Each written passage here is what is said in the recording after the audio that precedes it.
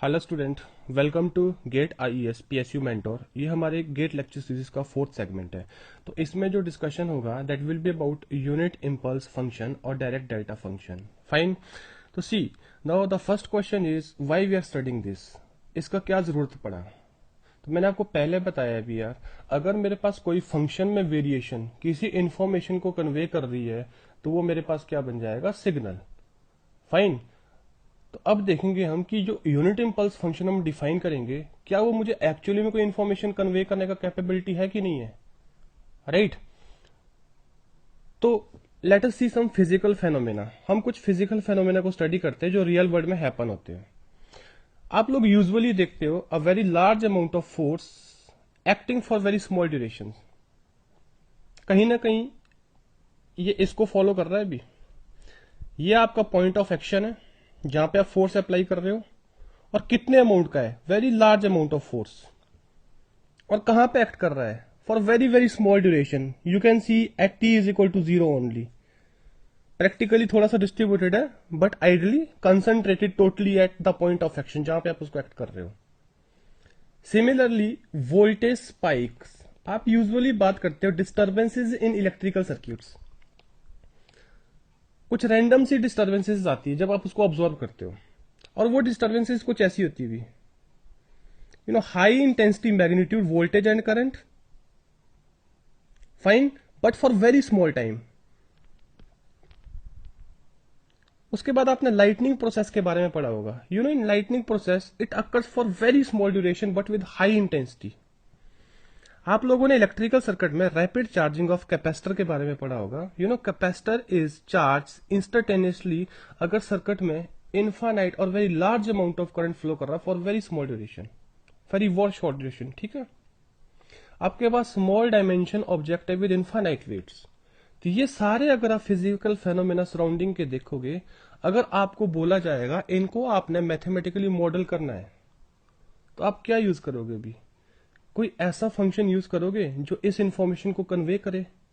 तो यहां पे ध्यान दीजिए, whether it is large force acting for small duration, whether it is concentrated load on structures in civil for very small duration, whether it is voltage spikes, whether it is lightning, whether it is infinite current for very small duration, whether it is small dimension और infinite weight object. तो कहीं ना कहीं ये phenomena हो रहा है, किसी एक पॉइंट पे फेनोमेना हो रहा है, और कितने अमाउंट से, बहुत हाई अमाउंट से। तो मुझे ये सारी फिजिकल इंफॉर्मेशन को, फिजिकल फेनोमेना को मॉडल करना है। तो ये सब मॉडल करने के लिए मैं क्या यूज करूंगा अभी, यूनिट इंपल्स फंक्शन और direct delta function. Keep this in mind, interview में पूछा जाता है। फाइन। अब देखिए, अगर मैं यूजुअल मैथमेटिकल डेफिनेशन के लिए चलूं, तो आपका यूजुअल मैथमेटिकल डेफिनेशन क्या होता है, you represented by delta t that is zero if t is not equal to zero and is infinite if t is equal to 0, and minus infinite to infinite delta t dt is equal to 1। ये इसका mathematical definition है भी, किसका, unit impulse and direct delta.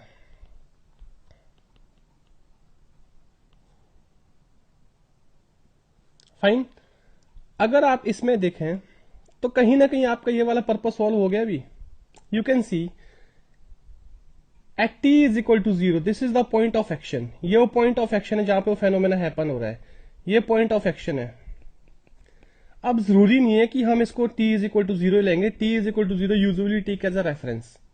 तो वहां पे वो कितने अमाउंट से हो रहा है अभी, अनबाउंडेडली वेरी लार्ज अमाउंट से, इनफाइनाइट अमाउंट से। आपने यही यहां पे बोला था, देखिए। फाइन। और बाकी टाइम पे if t is not equal to zero means for other time it is zero. मतलब कहीं ना कहीं ये जो मैथमेटिकल फंक्शन है मेरे पास, ये किसको रिप्रेजेंट कर रहा है अभी, एरिया पे मैं आऊंगा अभी, don't worry. It is represented some physical phenomena which resemble to sudden shock.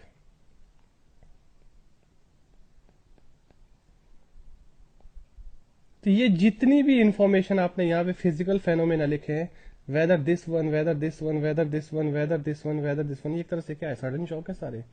तो यार वन वर्ड में अगर मैं बोलूं कि if in any system there is a sudden shock और some phenomena which is acting for very infinitesimally very small duration, उसको आप किससे मॉडल करोगे? यूनिट इंपल्स और डायरेक्ट डेल्टा से। अब ठीक है, आपको मैथमेटिकल फंक्शन तो मिल गया, क्या ये एक्चुअल सेंस में ये फंक्शन है? अगर मैं आपको बोलूं you plot this function versus time, अगर मैं आपको बोलूं you plot this function versus time, तो क्या आप प्लॉट कर पाओगे भी? यार आपको ये थोड़ा सा अनयूजुअल सा फंक्शन नहीं लग रहा है कि एक ऐसा फंक्शन लग रहा है जो बोल रहा है कि मैं विदाउट टेकिंग टाइम एग्जिस्ट करूंगा, विदाउट टेकिंग टाइम एग्जिस्ट करूंगा और इनफाइनाइटली अनडिफाइंड अमाउंट्स एग्जिस्ट करूंगा, फाइन, और मेरा इंटीग्रल भी 1 होगा। क्या ये यूजुअल डेफिनेशन ऑफ फंक्शन को सेटिस्फाइड कर रहा है? नो। तो मैथमेटिकल कैलकुलस इसको कभी भी फंक्शन कंसीडर नहीं करेगा। It is a generalised function, ध्यान रखना बच्चों इसको, it is a generalised function. अब जनरलाइज्ड फंक्शन इसको क्यों बोला जाता है वो मैं भी बताऊंगा। एक चीज ना अपने दिमाग में बिल्कुल क्लियर रखना कि जब आप मैथमेटिक्स को सिग्नल एंड सिस्टम में अप्लाई कर रहे हो, very rare chance it applies exactly, हमेशा कुछ ना कुछ लिमिटिंग प्रोसेस और लिमिटिंग वैल्यूज के साथ ही अप्लाइड होता है। फाइन, तो मैथमेटिकली तो ये ठीक है, मेरे पर्पस को सॉल्व कर रहा है, बट क्या आप इसको डायरेक्टली यहां से विजुअलाइज कर रहे हो? ये स्टेटमेंट देख के क्या आप इसको विजुअलाइज कर पा रहे हो? मुझे तो डिफिकल्ट सीम हो रहा है और आई थिंक कि आपको भी होगा। यूजुअली मैं आपको बोलता साइन टी, एक्सपोटेंशियल, आप ये फंक्शन ग्राफिकली प्लॉट कर सकते, you can see how they are actually varying, but यहां आपके पास खाली एक इंफॉर्मेशन है कि with in zero time, without taking any time, it is growing undefined, unboundedly, very large, and for other times it is zero. मेरे पास उसके बारे में सिर्फ इतनी इंफॉर्मेशन और एट द सेम टाइम एक इंफॉर्मेशन का इंटीग्रल कितना होगा? 1 होगा। तो यहां से इसको विजुअलाइज करना बहुत मुश्किल हो जाता है। तो इसीलिए हम क्या बोलेंगे, इसका जो ग्राफिक, अगर मैं ग्राफ ड्रॉ करने के लिए बोलूंगा ना, तो प्रैक्टिकली आप उसको प्रैक्टिस नहीं कर पाओगे, because you don't know how it is going infinite. आपको सिर्फ इतना पता है कि t इज इक्वल टू 0 पर इनफाइनाइट हो रहा है। तो लेट अस से हम इसके अकॉर्डिंग ही चलते हैं। तो हमने क्या बोल दिया अभी, it is 0 everywhere for other times, but for one time t at t is equal to 0, at this instant it is going very large amount, unboundedly or infinite or undefined। अब यहां ध्यान रखना, यूजुअल सेंस में हम arrow use करते हैं। क्या use करते हैं? एरो। एरो क्यों यूज करते हैं? Arrow is to indicate, because I can not represent infinite, मैं इनफाइनाइट पॉइंट नहीं रिप्रेजेंट कर सकता हूं पेपर पे, ठीक है, मेरे पास लिमिटेड स्पेस है। तो एरो रिप्रेजेंट कर रहा है कि it is tending toward infinity. और हमेशा ध्यान रखना, एरो के बगल में एक वैल्यू लिखा होगा, लेट अस से आई एम राइटिंग 1। अभी मैं बेसिक से डिस्कशन कर रहा हूं। तो बच्चों ये इसका मैग्नीट्यूड नहीं होता, इसका एरिया होता है, स्ट्रेंथ होता है। क्या होता है? एरिया होता है, स्ट्रेंथ होता है। Fine, this is it's area और स्ट्रेंथ।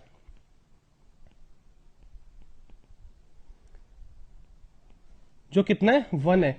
बट मुझे अभी भी समझ नहीं आया ये कैसे 1 है। मैं देखो यहां से इसको देख के बिल्कुल विजुअल, मुझे पर्पस सॉल्व हो गया, ठीक है, मुझे पता लग गया कि हाँ मेरी इंफॉर्मेशन कन्वे कर रहा है, बट अभी भी how area is coming 1, how this is happening, ये मैथमेटिकल फंक्शन कैसे जनरेट हुआ, वो मुझे अभी भी समझ नहीं आया। तो उसके लिए मुझे थोड़ा सा लिमिटिंग प्रोसेसेस पे चलना पड़ेगा। फाइन, क्या है वो मैं आगे बताऊंगा आपको। तो अगर आप यूनिट इंपल्स और डायरेक्ट डेल्टा फंक्शन को देखोगे, usually you will see this one. Fine, और कहीं ना कहीं ये फंक्शन आपका ये सारी इंफॉर्मेशन कन्वे कर रहा है, you can check this. Fine, तो अब हम यहां से एक चीज बिल्कुल क्लियर कह सकते हैं कि यूनिट इंपल्स और डायरेक्ट डेल्टा फंक्शन को यूजुअली हम मॉडल करने के लिए यूज करेंगे उन फिजिकल फेनोमेना को which act over very short interval of time, very short interval of time and with infinite intensity और very large intensity, unboundedly growing intensity. Fine, तो ये चीज यहां से क्लियर है, बट अभी भी मुझे इसके पीछे का, इसका बिहाइंड का जो मैथमेटिक्स है वो पढ़ना है। राइट, नाउ सी, अब ऑलरेडी मैंने आपको पीछे डिफाइन किया, अभी जो भी हम यूनिट इंपल्स फंक्शन और डायरेक्ट डेल्टा फंक्शन इस डेफिनेशन से डिफाइन करते हैं, ये यूजुअल डेफिनेशन ऑफ फंक्शन को सेटिस्फाइड नहीं कर रहा है। फाइन, सो हम डेल्टा टी को क्या डिफाइन करते हैं? Generalised function. अब ना what is generalised function? It can be defined in term of sequence of function like a rectangular function, triangular function, और गॉसियन फंक्शन, अदर्स ऑल्सो। तो हम देखेंगे कि गॉसियन फंक्शन में अगर मैं कुछ लिमिटिंग प्रोसेस लगाने से, और ट्रायंगुलर फंक्शन में अगर मैं कुछ लिमिटिंग प्रोसेस लगाने से, और रेक्टेंगुलर फंक्शन में अगर मैं कुछ लिमिटिंग प्रोसेस लगाने से जो भी मेरे पास रिजल्ट आया उसको मैं मैथमेटिकली अगर ये आइडियलाइजेशन देने में कैपेबल हुआ, तो मतलब कहीं ना कहीं वो मेरा किसके फंक्शन सिमिलर होगा भी, डायरेक्ट डेल्टा के। तो fine, always keep in mind delta T is not a exact function, it is a generalized function, means it can be defined for understanding in term of sequences of functions, like आप rectangular pulse use कर सकते हो, triangular कर सकते हो, आप Gaussian use कर सकते हो, और उस पर लिमिटिंग प्रोसेस लगाए। और अगर वो लिमिटिंग प्रोसेस आपको एक मैथमेटिकल आइडियलाइजेशन डेफिनेशन देता है जो किसके सिमिलर है, like direct delta function, it means you can use that wave form for the idealisation of the impulse function. अब देखते कैसे, देखो अब देखो भी, मैंने दो सीक्वेंस ऑफ फंक्शन ले लिए, एक रेक्टेंगुलर एक ट्रायंगुलर। फाइन, अब देखिए अगर मैं यहां पे इसमें अब लिमिटिंग प्रोसेस लगाना स्टार्ट कर देता हूं भी, limit epsilon tends to 0 means I am approaching 0,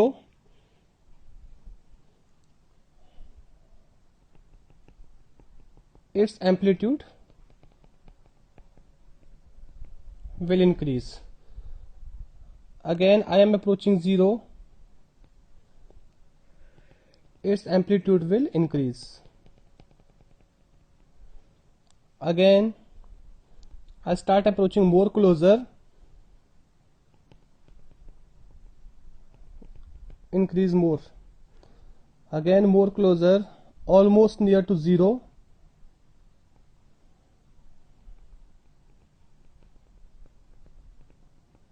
like this. तो यार कहीं ना कहीं आपने देखा कि let g of t be this rectangular function जो मैंने ऑलरेडी डिफाइन किया था। फाइन, तो अगर मैं इसमें लिमिट एप्सिलॉन टेंड्स टू 0 लगा दूं, तो आपका g ऑफ t है, ये कहां टेंड्स कर रहा है अभी, infinite.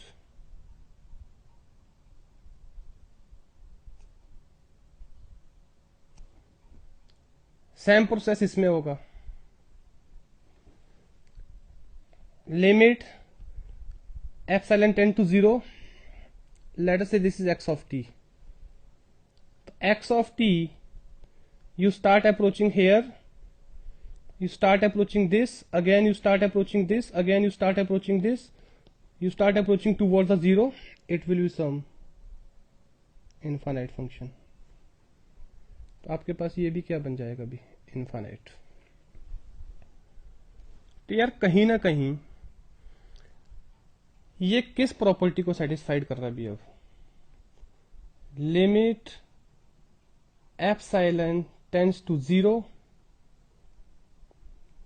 g of t is del of t, isn't it? Yes.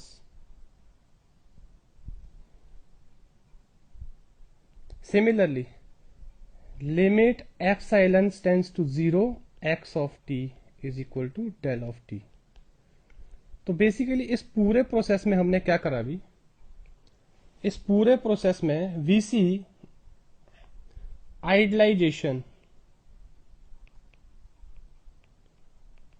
Idealisation of signal.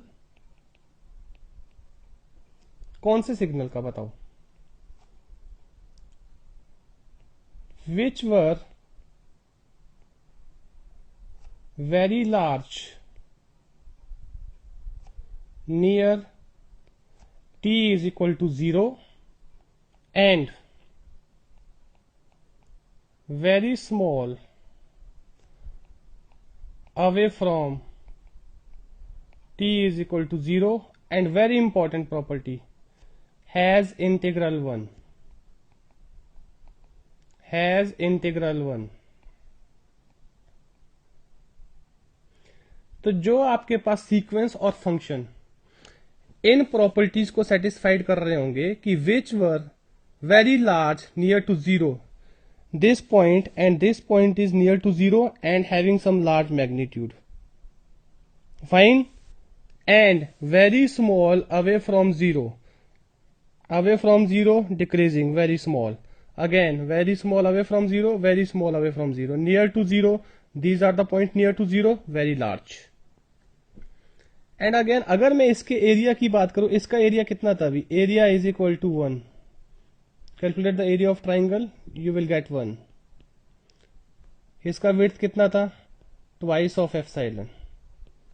Height 1/एप्सिलॉन, तो 1/2 base into height, you will get 1. और इसका एरिया कितना था, अगेन 1. तो यार अगर आपके पास कोई ऐसे फंक्शंस है, ऐसे सिग्नल है which were very large near the time t is equal to 0 and very small away from t is equal to 0 and has integral 1, they can be used for the modeling of direct delta function. Fine. इसका मतलब मैं क्या बोलूंगा अभी, जो direct delta function है वो क्या है, that is the mathematical idealisation of the signal which satisfy these condition. Mathematical idealization of the signal which satisfy these condition. Hopefully you got my point. इसीलिए मैंने बताया तभी जो ये डेफिनेशन है ना, this is a mathematical idealisation definition. This is a mathematical idealisation definition. This is not exact function definition. Again, this is a mathematical idealization definition.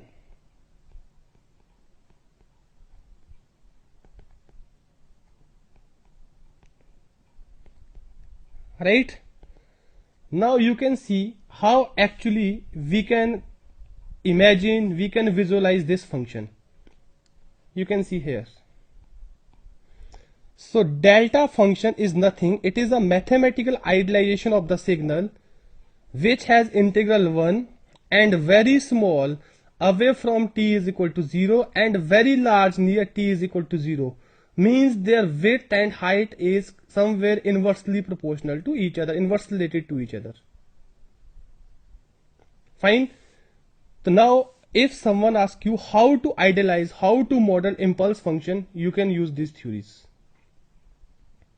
Hopefully clear है. अब बताइए भी इसका एरिया कितना था, how to calculate area of this, minus infinite to infinite g of t d t. If I make again limiting process limit epsilon tends to 0 integration minus infinite to infinite g of t d t. तो ये क्या बन जाएगा अभी, minus infinite to infinite delta t d t, और area कितना रहेगा 1. हाँ जी, आप यहां पे ध्यान दीजिए, always area is 1. In any consideration area is always 1. In any limiting process area is always 1. if your width is reducing, your height is increasing, so that the area is always 1. So that is why the property of impulse function include also this feature. So if this area is 1, that is unit impulse function, or if this area is some finite amount 2, 3, 4, then it is impulse function. Fine. And this is known as the strength of impulse. If strength is 1, then it is unit impulse, right? Hopefully you got my point. तो अगर मैं practically बात करूं तो practical term में हमें impulse को कैसे कंसीडर करना है? We need to consider unit impulse as any function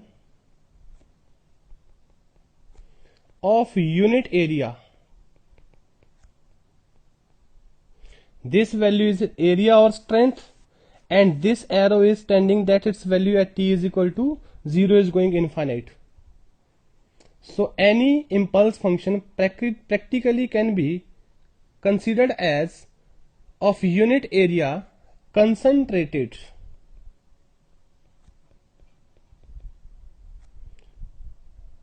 very near t t is equal to 0। Fine. तो बताइए भी क्या अब ये सिग्नल जो मेरे पास एक डायरेक्ट डेल्टा फंक्शन है और यूनिट इंपल्स फंक्शन है, ये किसको एग्जैक्टली मॉडल करने का कैपेबल है? सडन शॉक को, सडन शॉक को, और any sort of the physical phenomena which is occurring with high intensity but with zero time for very small time. Fine. Now see. Now हम कुछ point discuss करेंगे इसकी area property regarding. What was area property? Integration minus infinite to infinite delta t d t is equal to 1। Fine, right. अब देखिए ये point of occurrence है जहां impulse occur और t is equal to 0। This I define the time t is equal to 0 minus, और ये मैंने define कर दिया t is equal to 0 plus. तो 0 माइनस क्या रिप्रेजेंट करेगा भी? 0 minus will represent the left side of 0। In simple language you can say this. और 0 प्लस क्या रिप्रेजेंट करेगा? Right side of 0।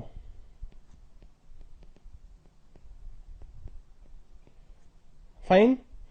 तो अब हम बोलेंगे कि जो 0 है, 0 इज इन इंटरवल। बहुत इंपॉर्टेंट पॉइंट है भी, 0 माइनस टू इंफिनिटी। अगर मैं इस इंटरवल की बात कर रहा हूं तो 0 इसमें इंक्लूडेड है। Fine, but 0 is not included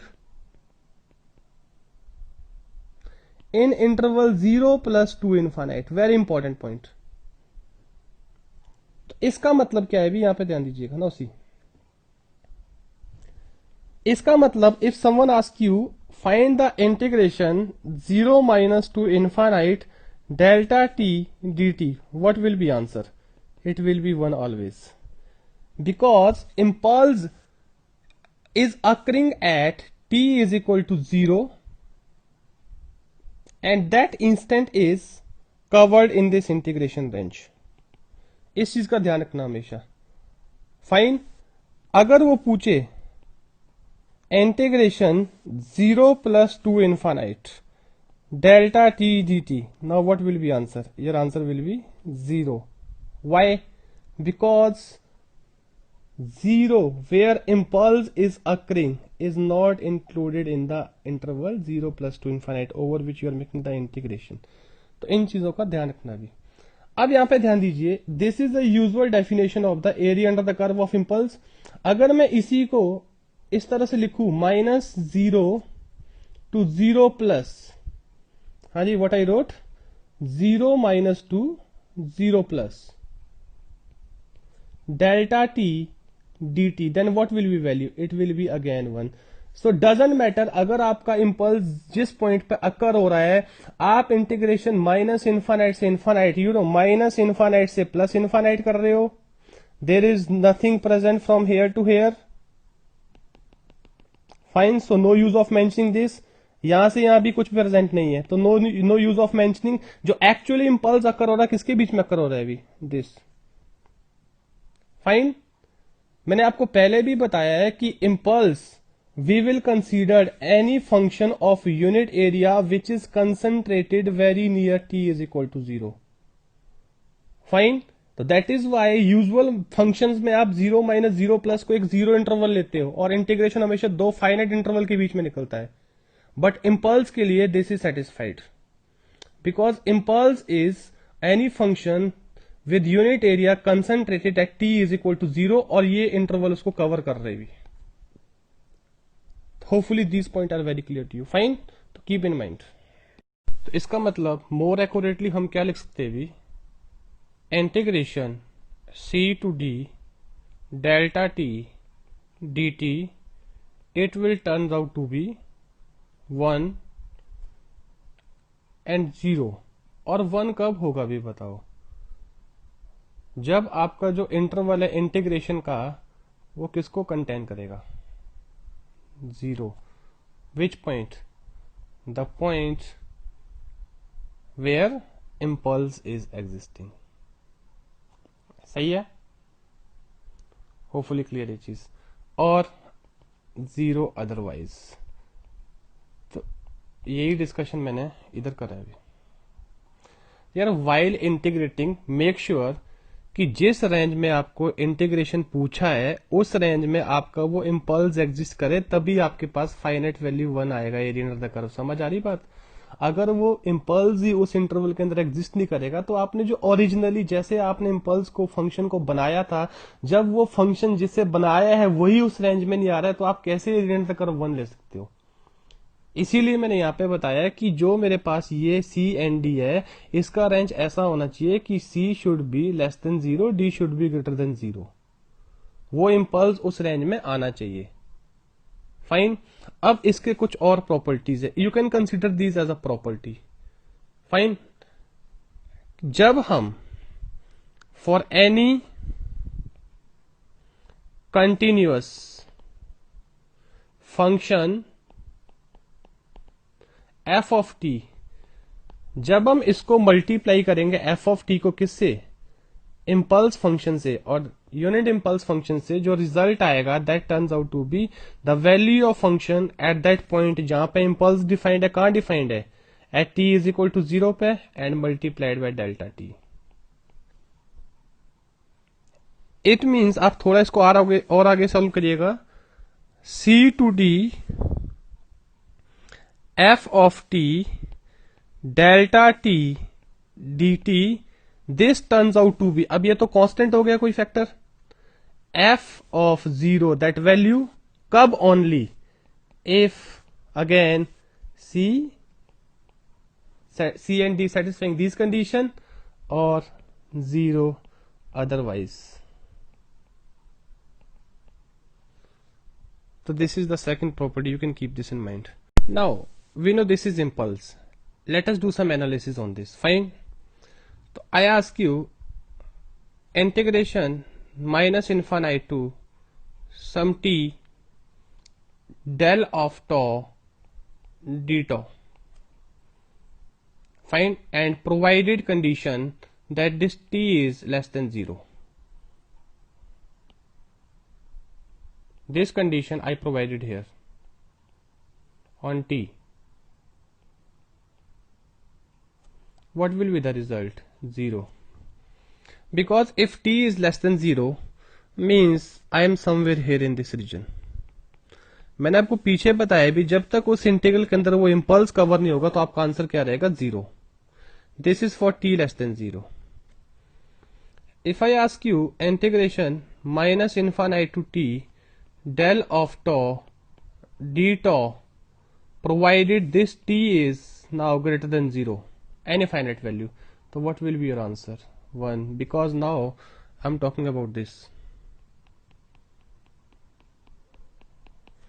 This is for t greater than 0, and in this range this impulse at 0 is included, but in this range impulse at 0 is not included, that is why answer 0 and 1. तो अगर मैं इस analogy को थोड़ा इधर लिखें तो क्या बनेगा? Minus infinite to t del of tau d tau, you mean to say is 0 for t less than 0 and is 1 for t greater than 0. तो अगर आप ये राइट साइड वाला ध्यान से देखें, ये किस फंक्शन का प्रॉपर्टी बन रहा है, किसका डेफिनेशन बन रहा है, कौन सा फंक्शन डिफाइन हो रहा है? Isn't it u t? It means I got some mathematical relation minus infinite to t delta of tau d tau is UT.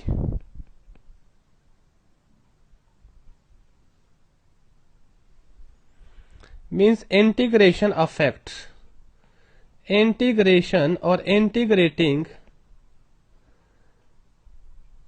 the impulse, some step variations are observed. Some step variation are observed. Fine. It means अगर हम relation को, differentiation integration को analogy में देखें, then your impulse delta t should be d u t upon d t.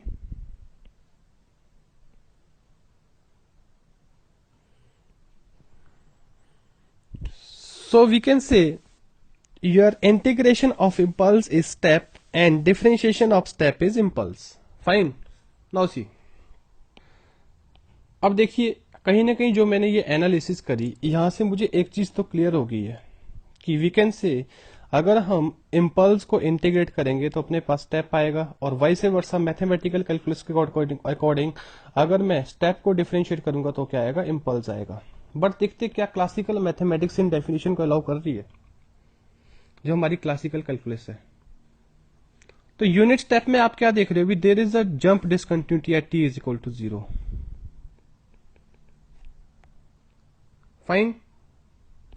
तो आप सभी जानते हैं, according to calculus, from the calculus point of view, any function to be differentiable at any point, it is necessary but not sufficient that the signal is continuous at that point. But ये signal यहां पे क्या है, discontinuous है. It means ordinary sense में अगर मैं बात करूं, इसका डिफरेंशिएशन एग्जिस्ट नहीं करेगा. फाइन. तो वी कैन से कि जो यूनिट स्टेप है वो डिफरेंशिएबल नहीं है अगर मैं कैलकुलस मैथमेटिक्स के अकॉर्डिंग बात करूं. बट हमने पीछे रिजल्ट देखा कि कहीं ना कहीं दोनों में इंटीग्रेशन और डिफरेंशिएशन का रिलेशन आ रहा है, तो कॉन्ट्राडिक्टरी थॉट आ रहे हैं. मैथमेटिकल कैलकुलस के अकॉर्डिंग ये डिफरेंशिएबल ही नहीं है, तो हम इसका डिफरेंशिएशन कैसे अचीव करें. फाइन. बट इसका एक जनरलाइज्ड डेरिवेटिव एग्जिस्ट करता है, और जो क्या है भी आपके पास इम्पल्स डेल्टा टी है. राइट. कैसे देखो, आप इस ग्राफ में देखिए, ठीक है. Unit step has slope function है. प्रैक्टिकली हम इसको कैसे इंप्लीमेंट करते भी, we can implement it like this one. Let us say this is delta,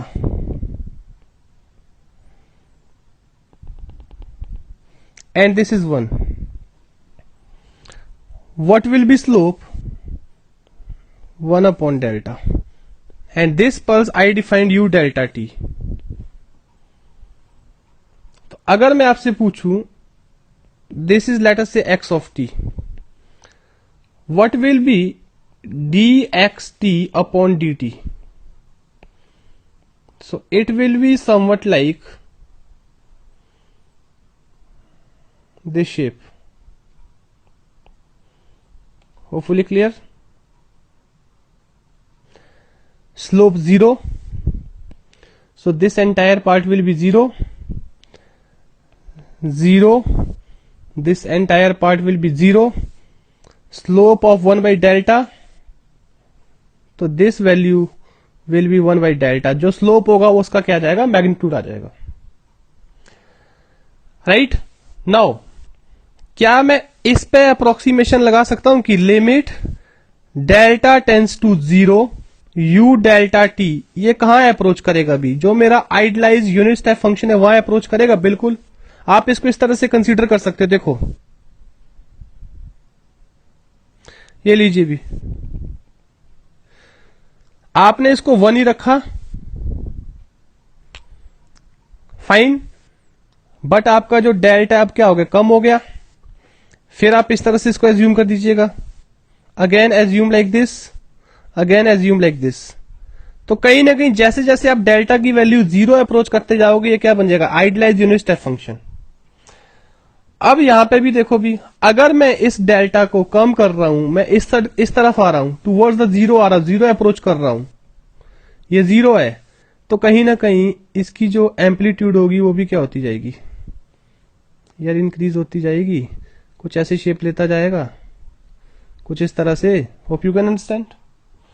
तो क्या लिखे भी, limit del tends to 0 d x t upon d t, ये क्या बन जाएगा बताइए, डेल्टा टी बन जाएगा. Right. And what is this, limit del tends to 0 x of t is equal to ut। तो यार कहीं ना कहीं अगर मैं रियल फिजिकल वर्ल्ड में बात करूं, जो इनके रियल प्रैक्टिकल सिग्नल्स है जहां से इनको मैथमेटिकली आइडियलाइज किया जा सकता है, वहां पे क्या एग्जिस्ट कर रहा है? दोनों में डेरिवेटिव और इंटीग्रेटिव अफेक्ट कर रहा है कि नहीं कर रहा है? You can see, we can conclude here dut upon dt is equal to delta t, right? इसको आप इसमें अप्लाई करिए। तो यार दैट इज वाई जो मेरे पास स्टेप का डेरिवेटिव है, कौन सा डेरिवेटिव एग्जिस्ट करता है? Generalize derivative. हाँ जी, कौन सा derivative? Generalize derivative. So for further analysis in our signal and system we can use this relation कि unit step is the integration of impulse and impulse is the differentiation of step. Keep this in mind. Fine. तो hopefully यार जो चीजें मैंने discuss की आपको step के और इम्पल्स के रिलेशन के रिगार्डिंग, ये सारी चीजें आपको क्लियर है। Fine. Now see, now we have some final questions जो थोड़ी सी एनालिसिस करते हैं। आपको बोला what is the value of this integral, तो आपको मैंने क्या बताया अभी? तो we will make the use of this property. कहीं पे मैंने आपको प्रॉपर्टी डिस्कस की है, you can see here, any function multiplied by delta t, what will be it? You know function value at that point delta t. If we go for integrative effect, it will be function itself. Fine. Now see, this is f of t. Done. It can be written as minus 1 to 3 delta t f of t dt. The first point जो हमने check करना है, ये impulse कहाँ defined है? t is equal to 0 पे। क्या वो इस रेंज में आ रहा है? मैंने आपको पहले बताया यस, बिकॉज कहां से कहां है अभी? -1 से 3 है, तो कहीं ना कहीं इधर क्या होगा? 0 होगा। तो इसका आंसर कितना बन जाएगा? That will be that function at 0 which will be 2e raise to power 4 0 square nothing else. कितना बन जाएगा अभी? 2। अब इस पे आइए अगेन, ये फिर से क्या बन जाएगा अभी आपके पास? Function f of t. So this can be written as 1 to 3 delta t f of t dt. According to definition, this impulse is defined at t is equal to 0. तो ये 1 है और ये आपका 3 है और ये आपका पॉइंट ऑफ एप्लीकेशन है जहां पे इम्पल्स डिफाइंड है। क्या ये इस रेंज में है भी? No impulse here. तो इसका मतलब इसका आंसर डायरेक्टली कितना आएगा? 0। कितना आएगा डायरेक्टली आंसर? 0। मैंने बताया है वो इम्पल्स का उस इंटीग्रल में होना बहुत ज्यादा जरूरी है। Fine. Now come to this point. अगर मैं इस पॉइंट की बात करूं, देखो ये टाइम कहां से चल रहा है इंटीग्रेशन का? इंटीग्रेशन का time started from 0 - 2 3। It means ये इम्पल्स कहां डिफाइंड है? t इज इक्वल टू 0 पे। तो t इज इक्वल टू 0 वाला इम्पल्स इसमें इंक्लूडेड है। अगर इसमें इंक्लूडेड है तो आपके पास आंसर कितना बन जाएगी? 0 - 2 3 delta T f of t according to property it will be f of 0।